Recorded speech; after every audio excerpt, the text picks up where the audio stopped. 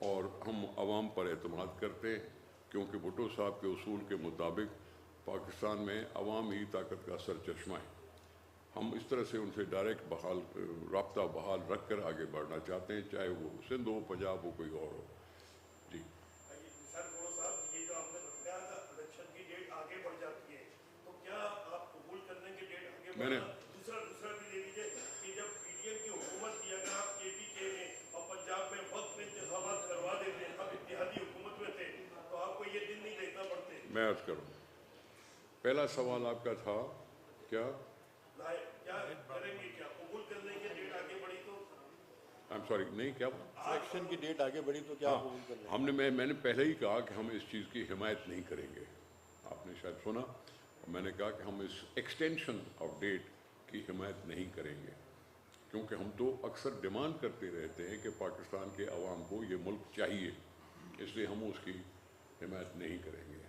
رہی بات دوسری کون سی کہ ہم نے پہلے کیوں نہیں اتفاق کیے, میں اس میں عمران خان کی اس سازش کو پاکستان کی ڈیموکریسی کے خلاف ایک سازش قرار دیتا ہوں. پنجاب میں چیف منسٹر کو ووٹ آف کانفیڈنس دلانے کے بعد جنرل مشرف والا کام کیوں کیا کہ اسمبلی کو ڈیزالو کروایا, اپنے ہی چیف منسٹر سے ڈیزالو کرانے کا حکم دے دیا. کے پی میں تو ایسا کوئی صورتحال ہی نہیں تھی کہ ان کو ووٹ آف کانفیڈنس لینا پڑے یا کچھ کرے. ٹھیک ہے, ہاں ٹھیک ہے, ایک تو یہ بات تھی. تیسری بات یہ تھی کہ پاکستان میں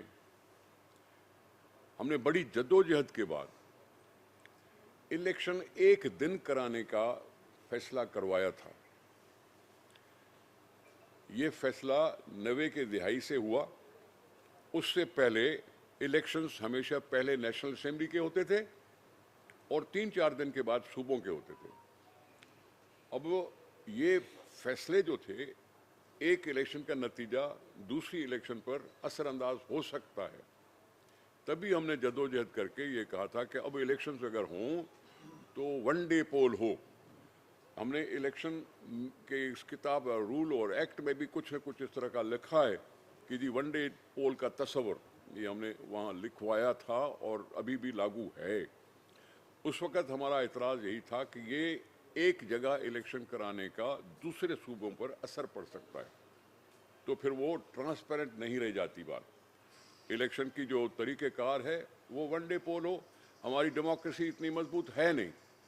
ویسے تو انڈیا میں مہینوں چلتے ہیں الیکشنز, لیکن اس پر کوئی سوال نہیں اٹھاتا کیونکہ ان کا سسٹم ایسا بن چکا ہے کہ اس پر سوال نہیں اٹھتا. لیکن ہمارے ہاں جب بھی دیکھو, ایک دفعہ ہوا کسی نے نعرہ لگا دیا جاگ پنجابی جاگ تیری پگنوں لگ گیا داغ, کسی نے کچھ اور کہا, کسی نے کچھ اور کہا. یہ صحیح سلسلے ایسے بنتے رہے کہ جس میں اثر انداز ہو رہے تھے ایک الیکشن دوسرے الیکشن پر. اس لیے ہم نے یہ کہا تھا کہ ایک تو عمران خان کا وہ پنجاب اسمبلی ڈیزالو کرنا ایک غلط قدم تھا. وہ عوام کی بے عزتی تھی, وہ عوام کی بے عزتی تھی کہ جو چن کے اسمبلی میں بیٹھے تھے ان سے ان کا اقتدار چھینا. چاہے اپوزیشن میں ہو تب بھی آواز ہوتا ہے, چاہے حکومت میں ہو تب بھی آواز ہوتا ہے, لیکن ہے یہ ہاؤس لوگوں کا. اب لوگوں سے اقتدار چھنوا گیا, اپوزیشن سے چھنوایا گیا, کسی سے بھی چھنوایا گیا. ہم اس چیز کو نامناسب سمجھتے ہیں اور عمران خان نے خود بھی اس کو مان ہی لیا کہ جب وہ استعفیٰ دینے کے بعد نیشنل اسمبلی سے واپس آنا چاہتا تھا. پہلے ہم روکتے رہے تھے کہ استعفیٰ مت دو, لیکن پھر جب ان کو احساس ہوا کہ میں نے غلط کر دیا تو وہ پھر بھاگتے آ رہے تھے کہ جی ہمیں اس نیشنل اسمبلی میں آنے دو. یعنی عمران خان وہ فیصلہ بھی غلط, پنجاب کا فیصلہ بھی غلط, کے پی کے کا بھی فیصلہ غلط. اور بات تبھی بنتی ہے جب سارے ملک میں ایک ہی دن الیکشنز ہوں. اس لیے ہم نے مخالفت کی تھی. سر سائیں نے پہلے ایک منٹ سائیں, میں سائیں کا سوال سن لوں. جی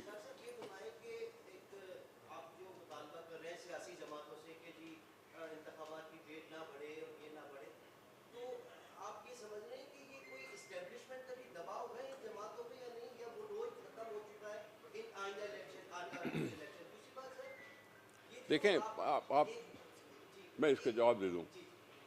آپ خدا را ہر چیز میں اسٹیبلشمنٹ کو کیوں انوالو کرتے ہیں؟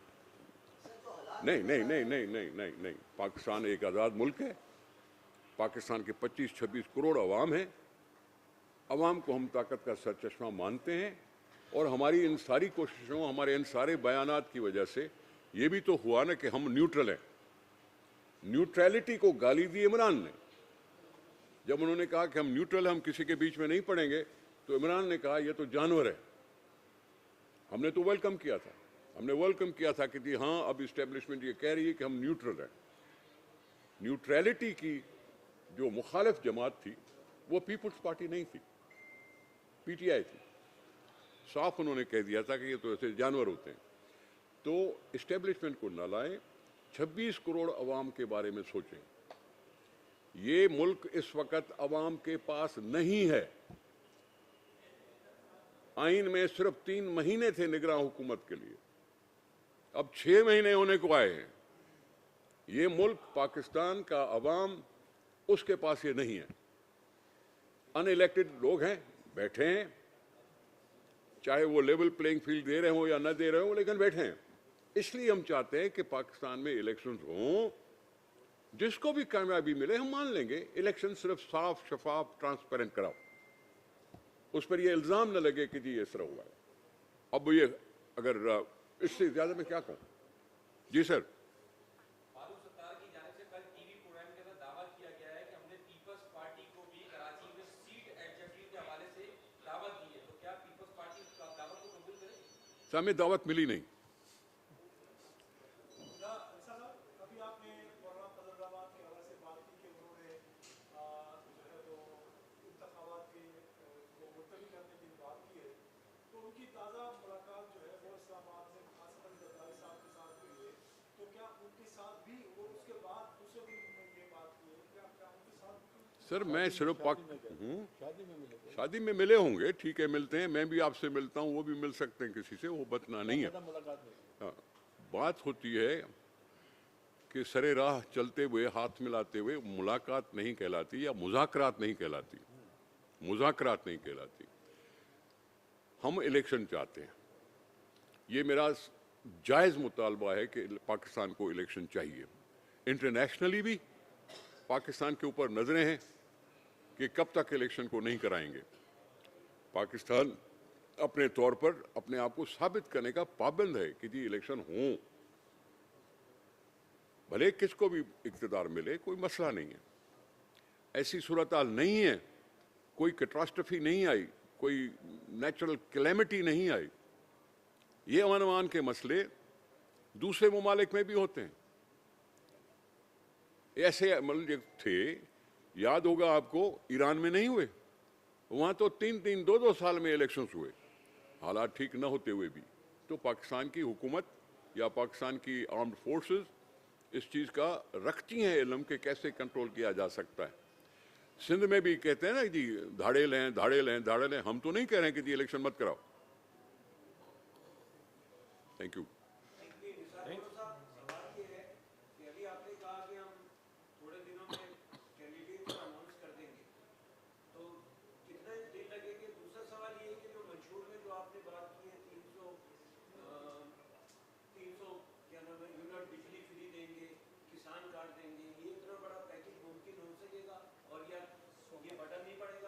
میں سمجھتا ہوں کہ بلاول صاحب کے وہ 10 پوائنٹ ڈویبل ہے، پریکٹیکل ہے.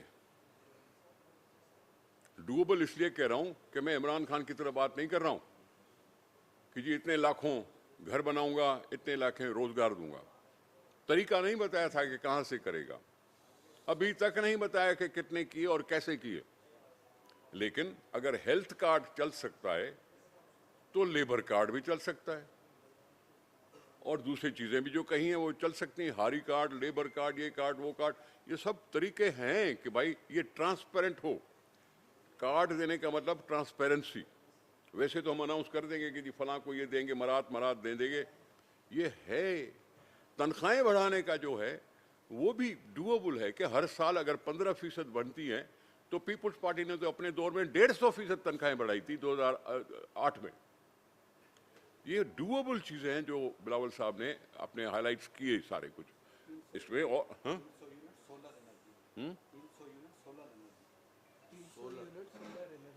وہ ٹھیک ہے. اب سولر انرجی کی بات ہوئی. سولر انرجی کمرشلائز ہو چکی ہے. میں ہر گاؤں میں سولر کے پلانٹ لگاتا ہوں. خرچ تو عوام کے پیسے ہوں گے نا. عوام ٹیکس دیتا ہے, اس سے پیسے خرچ ہوتے ہیں. پرائرٹی بنائیں گے سولرائز کرنے کی. گاؤں میں اگر سولرائز لگ گیا, شہروں میں سولرائز لگ گیا, 300 یونٹ کی حد رکھ دی. یہ ڈویبل چیزیں ہیں جو عوام کو چاہیے. کوئی سہولت, ان کی زندگی کچھ آسان ہو, یہ چاہیے. اناج کے لیے, زراعت کے لیے کارڈ کیوں؟ کیونکہ ہاریوں کو اگر کارڈ ہوگا, ہو سکتا ہے اس کارڈ کی وجہ سے وہ فرٹیلائزر لے سکیں یا ان کو کچھ مراعات مل سکیں. میں سمجھتا ہوں وہ تو ڈویبل ہیں. دوسرا سوال پتہ نہیں کیا تھا سر. ہاں, کینڈیڈیٹ کا مطلب یہ ہے کہ الیکشن کمیشن کو کینڈیڈیٹ سے ٹکٹ مانگنا ہے 13 جنوری کو. جب ساری چیزیں صاف ہو جائیں گی, یہ ٹریبیونل اپنا کام پورا کر دے گا, فائنل لسٹ لگے کہ یہ جی اب الیکشن لڑ سکتے ہیں, تو پھر ان سے مانگی جائے گی کہ ٹکٹ ہے آپ کے پاس, تو ہم آپ کو پیپلز پارٹی کا لکھیں یا کسی اور پارٹی کا لکھیں. وہ ڈیٹ ہے 12 یا 13 تاریخ.